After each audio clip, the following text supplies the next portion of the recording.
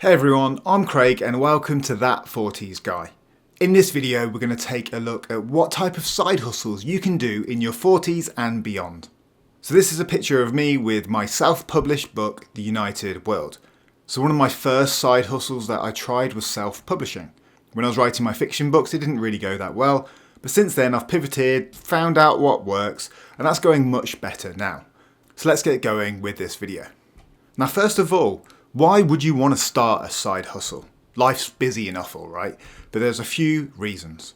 The first and main reason for most is just that a little bit of extra money is going to be useful.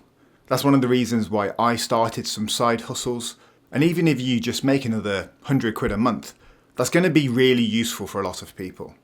And so probably the main reason that most people are going to start a side hustle or think about a side hustle is going to be just for a little bit of extra income. But then maybe for some people where money isn't an issue for them, maybe they're doing a job that's not super fulfilling, it can be a fantastic creative outlet as well. So let's say you're doing a bit more of a generic-y, boring job where your talents aren't utilised. Then perhaps you want a side hustle where you can be creative and do something that's a little bit more fulfilling. And then potentially another reason is upskilling. So maybe you're not quite where you want to be with your career. One thing that you can do is look at creating a side hustle where you learn new skills, you gain new experiences by learning and doing by yourself. Then when you've got some experience in those areas, perhaps you can take them into your work. Perhaps you can get a new job or get a promotion where you already work. So upskilling is an interesting way to think about side hustles as well. Now, just to show you that it is possible to make quite a lot of money through side hustles online, this is my graph of my income from last year. So last year in 2024, I earned over $60,000 through my side hustles. So just one thing to quickly caveat is, at the end of 2023, I went full-time on my side hustles. So my side hustle is actually my main source of income. But it all started through doing a few hours here and there when I could. Then last year I went full-time on it and I treated it like a full-time job. But this graph here hopefully shows you, that it is possible to make money online, especially if you dedicate some time to it. Now enough waffle, what are these side hustles that I am talking about? I've tried many side hustles over the last couple of years, and these are the main 5 that I thought were worth including in this video. Number 1 is Amazon KDP. That's where I made the majority of my money from last year. It's not going to be for everyone, but it's definitely worth including in this. The next is Etsy. It's quite a well-known platform where you can sell products. Then you've got YouTube, Fiverr, and then sites like Swagbucks, where you can get paid to fill in online surveys. So I'm going to break these down. I've got this incredible side hustle rating system where I'm going to rank all of these 4 areas. So we're going to look at how easy it is to get going, the skill level required, how easy it is to make income, and then also what the potential is long-term with these side hustles. And then after that, I'm going to give it an overall rating. And then you can see that I've got this innovative, fantastic rating system of A to E. So let's get going first with Amazon KDP. So what is it? Basically, it allows you to self-publish books. Over on Amazon KDP, you can either sell ebooks or physical books that are print on demand. What this means is you just upload the cover and the manuscript, and Amazon will print these and fulfill them for you. That's great because it means you don't need to stockpile a ton of books in your house. Amazon will do all of that nitty-gritty stuff for you. So this would suit people who are very good at doing it themselves. So people who are really good at Photoshop, maybe illustrators who can create their own colouring books. If you've got those type of skills, Amazon KDP should be something to consider. Another way to look at it is if you've got additional income but you want to create books, is you could outsource the book creation process. So you could find someone to create those books for you, and then you could handle the uploading and the distribution and the marketing and that side of things. So ranking Amazon. To get going over on Amazon, it's not that hard, but there is a little bit of a learning curve at the beginning. With uploading books, you've got things like bleed settings, you need to have the right manuscript sizes. There's a few technical things that you'd need to learn, but once you know what you're doing, it's then quite easy to continue on. One great thing about Amazon KDP is there's so much free content out there on YouTube with walkthroughs, tutorials, etc. My other YouTube channel is called Self Publishing Empire, and I've got over 30,000 subscribers over there where I take people through how to self-publish books over on Amazon. So if Amazon KDP is of interest to you, make sure to check my channel out. I'll link it down below in the description. But coming back to this, for a skill level, I'm giving it a D. And that's because this side hustle is not for everyone. Several years ago, you could probably get away with uploading fairly straightforward notebooks, journals, etc. to Amazon KDP and make some money.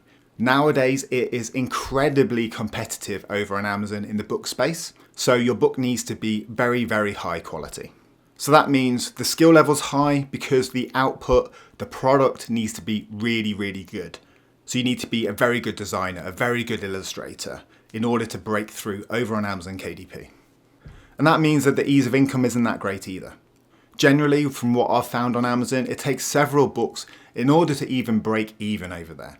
So you're probably going to make a loss on your first few books while you're figuring out what's going on, while you're building a following, until maybe you create one book that takes off a little bit. So when I talk about Amazon KDP, I always like to focus on the long-term opportunity. Short-term, it's very hard to make money maybe within the first 6 to 12 months, but then long-term, the potential earnings over on Amazon is absolutely huge. All it takes is for one of your books to take off, and that one book could make you thousands every month for the rest of your life. That's how big the potential is over on Amazon. Now, it's not very easy to do. I've got a few books out of my 100 books that sell really well by themselves. And the rest I need to market, I need to advertise, and then a good portion of them don't even sell at all. So it is very, very difficult over on Amazon KDP. It's very competitive, but there is potential there to make good money, especially over the longer term. So that means overall on Amazon, I'm giving it a C. It's definitely not for everyone, but if you have skills that lean into book creation, it's definitely something you should consider. Now, moving on over to Etsy. This is the platform where you can sell digital or physical products. And the great thing about it is you can sell pretty much anything. So the way that it works is if you want to sell a digital file, you just upload it and then when someone buys it, they download that file. Whereas with the physical products, it'd either be something that you make and ship yourself, or you can use a third-party printing and fulfilling company like Printify. That'll be for things like t-shirts. So let's say you wanted to sell t-shirts over on Etsy, you create the design, connect to Printify, upload the design onto the t-shirt over there, create all of the images and that kind of thing. And then when anyone bought your t-shirt, it would automatically connect to Printify, they'd then fulfill it for you, and you'd get a cut of that royalty. Now I think Etsy is great for those who are a bit more crafty, a bit more creative. So you want to be considering Etsy if you can make products, whether that's beautiful designs, fantastic custom made things that you can make at home. Etsy's a great option for those who are a little bit more hands-on. Now getting going over on Etsy isn't that difficult, so I've given it a B. But you do need to know what you're going to lean into with your shop when you first set up. Skill level I've put as a D. And that's because in order to be successful over on Etsy, you need to be talented, you need to be creative, you need to have some sort of skill for creating products. So that's not going to be everyone, but it's definitely something that you could learn, pick up, and grow over time over on Etsy. Ease of income over there, again, it's not easy. A little bit like Amazon is it'll probably take you some time when you get going, when you're listing your first products, to start getting those initial sales. But depending on how good your products are, how many sales you get, that could either take several months to get going, or if you're lucky, it could take a few weeks. But again, over on Etsy, there's a ton of competition, which is why it's not that easy to get those first sales. Potential earnings over on Etsy, I've given it a B. I don't think it's quite as big a potential as Amazon, and it is very, very highly competitive. Etsy also has additional fees that it charges, which does cut into your royalties a little bit. So I've given it a B, but there's still a lot of potential over there if you can create a shop that starts generating a good amount of sales. So over on Etsy, I've given it a D overall rating. I think Etsy should only be considered for those who are crafty, creative, and have a little bit of a unique idea of what they can sell over there. Now onto YouTube. You make videos just like I'm making this one. What you need is you need a camera and you need a microphone. When you first get going though, you could just use your smartphone. From what I've experienced, it tends to be how good your idea is rather than how polished your videos are. But if you do have a camera and mic, it massively helps. YouTube is great for those who want to cover a certain topic or interest. So I've got my self-publishing channel, And I think that works quite well for me because I've got success and experience with self-publishing. So people watch my videos because they want to replicate what I'm doing. But then on the other side, you can look at a topic. So for example, I've just started this YouTube channel and it's around turning 40 and life in your 40s. So that's quite a broad topic, but hopefully it's a topic that people will find interesting and they'll want to come back and watch more videos. And so that's what you want. You want someone to find your channel, think it's interesting, want to watch more videos, and so they subscribe. Over on YouTube, getting going is pretty easy. As mentioned, you can start with your smartphone, but you are likely going to need some sort of editing software and potentially some software to make your thumbnails as well. Skill level is a C. So you could make really shoddy YouTube videos, but they're likely not going to perform very well. So I'd say you do need to learn a little bit of editing skills. And from my experience, the better your thumbnails are, the better your video is likely to perform. So having a little bit of design skill helps as well. Now, you're probably going to be shocked by this one, but ease of income over on YouTube is an E. It is not easy at all to make money here on YouTube. And that's because in order to get monetized, you need 1,000 subscribers and 4,000 watch hours over the last year. That's not an easy target to hit, especially when you first get going. At time of recording this video, I've got 14 subscribers, so it's going to take me quite a while to get to 1,000. However, over on my other channel, I got monetized within about 9 to 10 months. Potential earnings though, like a lot of things, if it's harder to get that initial income, there's a bigger pot of gold at the end for those who do succeed. So if you can grow a YouTube channel, there's multiple ways that you can get paid. Google will pay you AdSense, which is the money you get from brands for advertisers putting ads on your videos. So that will just come in automatically once you've been monetized. But then once you grow your following, you can do sponsored videos for brands as well. And that's where you can really make decent money. So you've got multiple sources of income with your YouTube videos. And then on top of that, you can also do affiliate marketing. So let's say you've got a dedicated YouTube following who really appreciate your input. Maybe you've got some tools that you'd recommend to them. You can share these links as an affiliate and you could get a small percentage of the income from anyone who buys that product, for example. So you've got multiple ways of making money on YouTube, but you do need to be successful before you start making money. And that can take a long time. So overall rating for YouTube is a B. I absolutely love creating content on YouTube, but it does take a long time. It's not easy to make money at the beginning, and I'd highly recommend it for those who are a bit creative, who like the idea of editing videos together and covering a topic. But what I wouldn't do is recommend it for those who are just looking to make an easy income. It's one of the hardest ways to make income online. Now let's switch to something that's a little bit more easier to get started. So we're looking at Fiverr and sites like Upwork, where you can sell your services. So you basically sell your time to others. It's great for those who are trained or have experience in certain areas, especially digital skills. So a quick example of an easy way to make money here is, let's say you're multilingual. Let's say you know English, Spanish, and German. You could offer to translate content for money. That's just a really basic example, and that's actually one of the gigs that I use over on Fiverr. So looking at Fiverr, getting going, super easy. You just need to set up your Fiverr profile, know what you're selling, and you can get going. However, skill level is a D, and that's because you need a set skill, you need a good amount of experience, because you need to sell yourself over on these platforms. They're not just going to come to you because you create a gig. You need to tell people why they should be choosing you.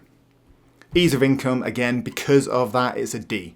There's a good amount of competition, and at the beginning you're going to find it quite hard to get going. But once you've got some ratings over there, once you start appearing for keywords and those kind of things, there's every chance you can make ongoing income by selling your services. Potential earnings is a B. I definitely think there's a good opportunity there to make almost full-time income through these type of sites, as long as you have an in-demand skill. So overall for Fiverr and these kind of sites, I'll give it a C. Again, it's not something that's for everyone, and you probably need to be very, very good in your field in order to perform well over on these sites. Now the last one, no, it's not OnlyFans. Sorry, I don't have any experience with that. We're looking at Swagbucks and survey sites. So what you do on these type of sites is you just answer surveys or you do jobs that they ask you to do. And then you'll be financially rewarded for doing that. However, they do tend to be very small payments. However, it is pretty open for anyone depending on what countries are accepted to these sites. These are great for those with spare time who aren't worried about hourly rates. because generally you don't earn a good hourly rate over here, but it is an easy way to make a quick buck. So Swagbucks, getting going is an A. All you need to do is sign up and start answering surveys. Skill level, again, is a B. Now, I've not put this as an A because you do need to be a little bit literate with computers. You might need to know how to download a game on your phone, for example. So it's not completely for everyone, but if you're watching this video, there's every chance that you would be fine on these type of sites. Ease of income is a B again. It's pretty easy to make a few dollars a month over on Swagbucks. Potential earnings is not very high. One of my best friends hits Swagbucks super hard and he can make 100, 200 quid a month. But for the vast majority of people over on Swagbucks, there's a limited amount of surveys you can answer, there's a limited amount of jobs, but it could be a great way to make, say, $50 to $200 extra a month. Let's say you're watching TV in the evening. If you spend an hour doing Swagbucks, you might earn $2, $3. So again, it's not great, but if you're just looking for an easy way to make money without any skills, this might be the one for you. Overall rating for this one is a C. And that's because it's incredibly easy to do, but you don't make much money doing it. Now, I showed you at the beginning that I made over $60,000 through my side hustles last year. And this is the split of my income. So you can see here, half of my income was through Amazon KDP. And then the red and the yellow segments there was my YouTube income. That's through my YouTube AdSense and also sponsored video content. I made a little slither through Etsy, a little bit through affiliate marketing, and then I had a few other side hustles as well that I was trying out. So that's things like Fiverr, Swagbucks, etc. So you can see there, my side hustles that I've gone all in on are mostly Amazon KDP and YouTube. That's going well for me so far. And if you want to find out how I get on in 2025 and beyond, make sure you subscribe to the channel. One thing I just wanted to touch upon as well is you've got so many people out there telling you can make thousands from this one side hustle, but generally for the most of us, it's not that easy. Here's an example of my journey over on Amazon KDP. And whilst I made over $30,000 on Amazon last year, you can see there when I started back in 2020, I was making nothing for almost 2 years. So I think in those 2 years, I actually made a loss. And then it wasn't until 2023 when I started figuring out what kind of books sold over there, how to market them effectively, etc., that my income started increasing. And then 2024 has been my best year so far, and the hope is that every year it's going to keep on growing. But a lot of people with side hustles is they'll give up after that first year. But what I'd like to say is that if you've got a skill and you think you can succeed over on a platform, just don't give up. Don't invest a ton of money into it, but learning new skills that are going to help you, trying to improve your products, improve your marketing. It's hopefully going to help you over the long term. So this was my journey over on Amazon over the last 4.5 years. And that's now got me to a point where I'm making almost a full-time income from selling books. Now, I hope this video is useful. This is me as a 40-year-old telling you what side hustles I do online. If you've got any that I've missed out that you'd like to recommend, let us know down in the comments. And if you're happy to, let us know how much money you've made through those side hustles. If you enjoyed the video, make sure to hit that like and subscribe button, and I'll see you in the next one.